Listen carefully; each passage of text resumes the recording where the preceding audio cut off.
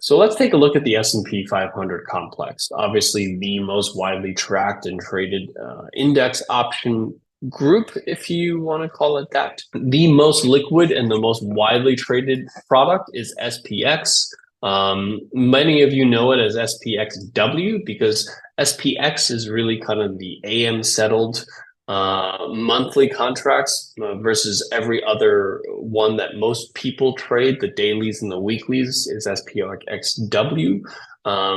That's really where the index options expire on the last print of the expiration date or the closing price of the expiration date. S&P obviously right now is around a $5,000 index value, and with a $100 multiplier, that makes it a $500,000 contract, a little over $500,000 contract. These are AM and PM settled. This is kind of the gold standard when we talk about index options in terms of liquidity, in terms of access to the number of expiration dates that are available, but both SPX and XSP, which was something built to kind of to deal with the size of SPX. Both of these are fairly liquid and offer the same benefits.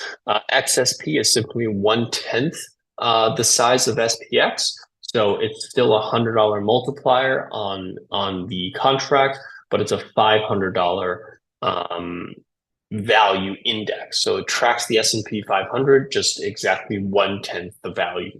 So on a 100 multiplier, you basically get the same benefits of SPX, but at a size that's 1/10 the price. And because this is a product that was predominantly built for retail traders, they only offer PM settlements, which is a nice benefit from that perspective. You don't have any options that are AM settled. Now, both of these products offer a global overnight trading hours.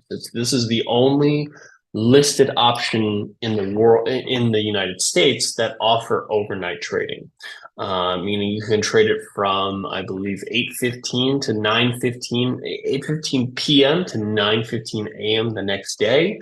So you have a full 13 hours of overnight trading in SPX index options, something that no other products offer you with regards to trading. So if you like to trade overnight, you know, a lot of action does tend to happen overnight. Just keep in mind that the overnight trading is not nearly as liquid as the daily sessions, but it is something that you should be aware of, that you can trade these overnight. Not every broker supports that, but they are available for trading overnight at the brokers that do support that.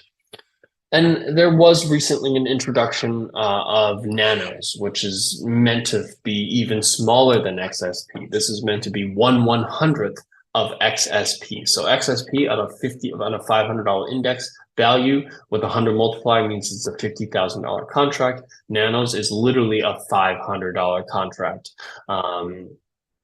These are similar to XSP, made for retail traders, so they're all PM settled. There are very, very few expirations available for the nanos. The symbol for it is NANOS. I think if you look at today, there might be only 4 or 5 expirations that are available. They were kind of built just for the dailies. So you're kind of trading only first, ones that are expiring today, ones that are expiring tomorrow, and then there's a couple of other contracts listed, but they're really not made for anything other than trading 0 days to expiration on a very, very small size. They have a $1 multiplier on effectively what is the same index that tracks XSP. And then lastly, you always have SPY. This is the gold standard when it comes to the ETF option that tracks the S&P 500, because SPY is currently around $100. Each contract is for 100 shares. You know, from a size perspective, SPY and XSP are very similar. Now, SPY is far more liquid than XSP. So, you know, the ETF in this particular case, from a liquidity perspective, is very similar to SPX. So you kind of have the gold standard with regards to liquidity, trading these types of products at the size of these types of products. So there's a lot of things that you have to consider here to determine what's the right trade for you, what's the right product that you might want to trade index options with, based on liquidity, based on size, based on what matters to you with regards to the hours that are available for trading. But from my perspective at the moment, nanos as a product just simply isn't quite liquid enough, in my opinion, for most trading of these types of products. These are newly listed products. There's not a lot of volume in them right now. So that's something to be aware of when you're trading S&P 500 index options. Next, I'll look at the NASDAQ 100, which is the second probably most popular product for trading these types of daily options. Most of you are familiar with the NASDAQ 100 index, which is the simple NDX that has an $18,000 index value, which means that a $100 multiplier is a $1.8 million contract. These are the biggest in terms of size, but also the most liquid. Trades, tens of billions of dollars in notional volume a day, so plenty of liquidity. To address the problem with the size, there is NQX and there's XND, 1/5 and 1/100th the value of NDX. Both of these products similar to XSP and the nanos. Basically, the further in size you go down, the less liquid they are.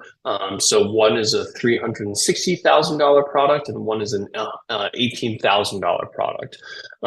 So contract sizes that are better suited for retail trader, all PM settled, so you really don't have to worry about exercise and assignment risk. And all three products, the NDX, NQX, and XND, offer extended trading, but not overnight trading. So you can trade it from 9:30 to 4:15. You basically get an extra 15 minutes to trade these products versus the S&P. You do have true overnight trading for about those 13 hours overnight before the market opens in the morning.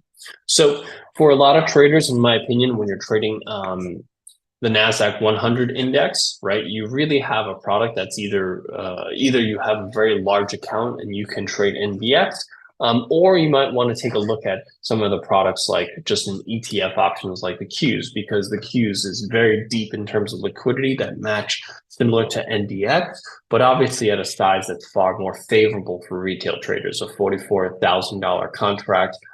Because the ETF is currently around 440, multiply that by 100 shares, that's a $44,000 contract versus the 1.8 million on NDX. The only obviously difference is that you have physical delivery, which means that you have to manage expirations a lot closer than you do with index options.